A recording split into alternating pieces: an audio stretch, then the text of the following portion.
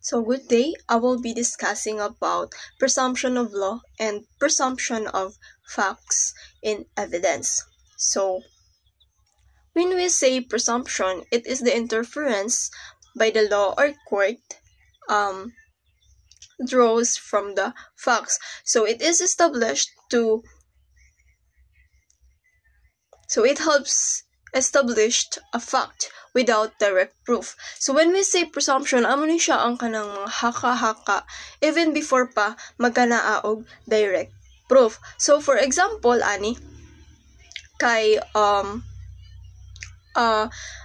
person A was seen holding a phone, and that phone was a stolen property. So when an authority or the court saw that person A was the one holding that thing, that stolen property, they will conclude that he is the one who stole it. So no, it is based on facts ng ilahang nakita kay siya may nagkapot, so they concluded that he was also the one who stole it. Okay, so there are two types of presumption. It is the presumption of law and presumption of facts. So presumption of law is based on established law or statute. So ang presumption kasi meron siya makumpara nato sa hypothesis. So when we say kasi hypothesis, di ba? It is before the conclusion. Kay before pa ni siya sa experimentation, before pa mo gawas ang result sa research or sa experimentation. So sa presumption, amo sad ni siya. Like, even without direct proof, kay naa na sila presumption, naa say assumption, kung unsay nahitabo or unsay possible nga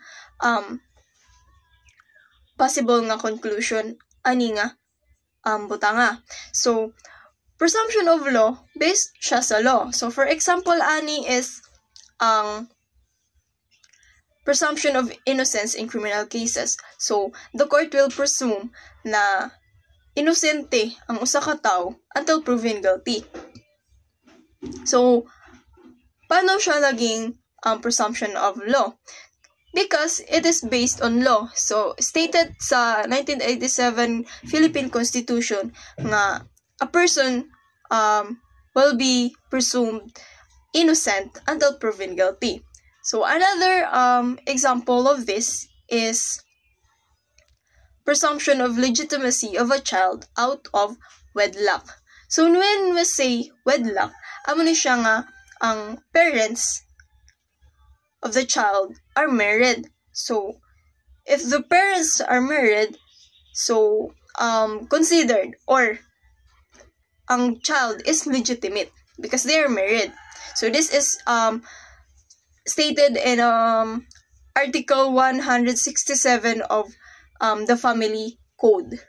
Next is presumption of facts. So when we say presumption of facts, it is based on logic, reasons, or common experiences. So ang mga hypothesis or mga haka-haka is based ni siya sa logic muna or sa mga experience or sa mismo nga panghitabo nga nakita. So for example is ang usa ka tawo nakita niya murag nagpanic sa usa ka crime scene or kaya nagpanic padung lakat. So if another person or an authority saw this kind of behavior, so ang imong ang presumption sa nang nakakita ang authority is amo na ang guilty. So that person could be a suspect. So it is based on logic, based on what the authority saw, di ba?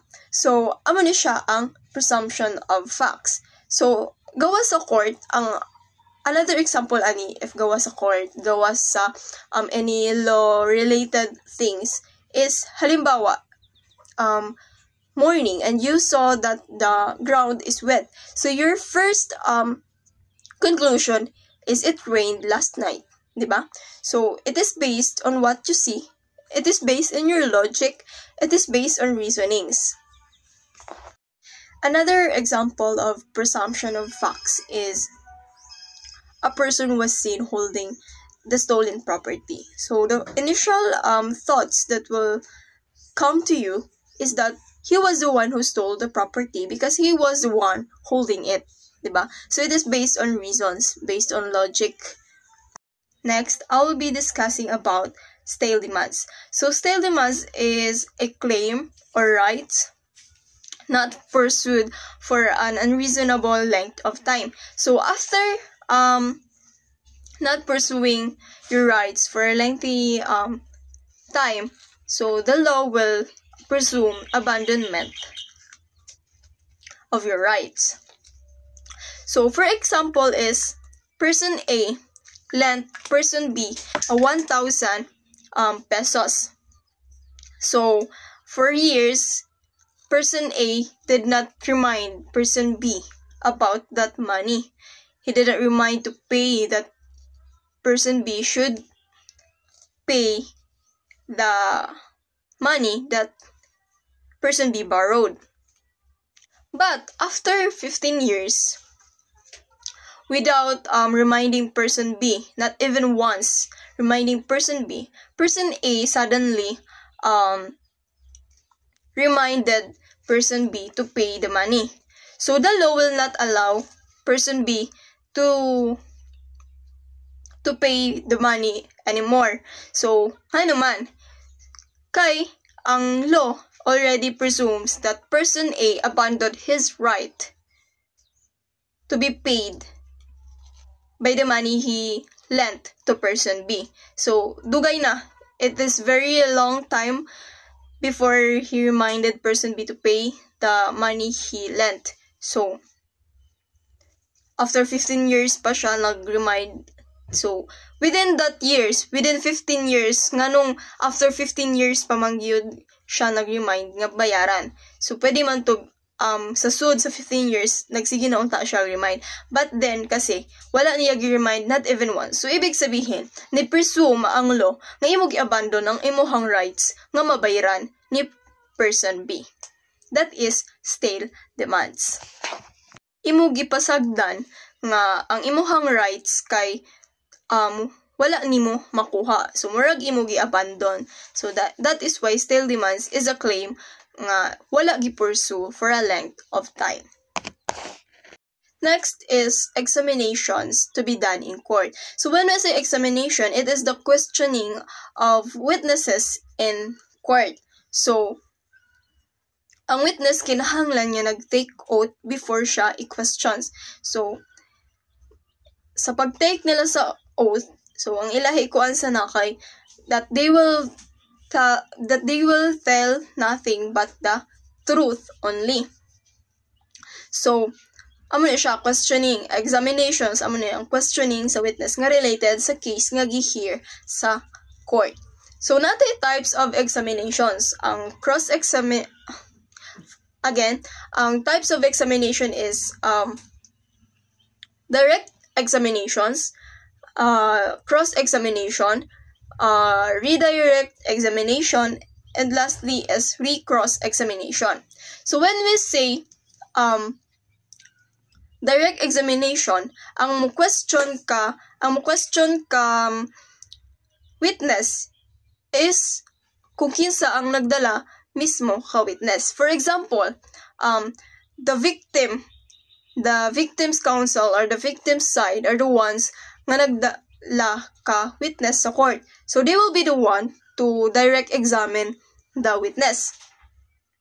Next is ang cross-examination. When we say cross-examination, ang question ka witness is the opposing party. For example, the opposing party is the defense counsel, since the victim side are the one who brought the witness in the court. So the defense counsel will be the one to cross-examine the witness.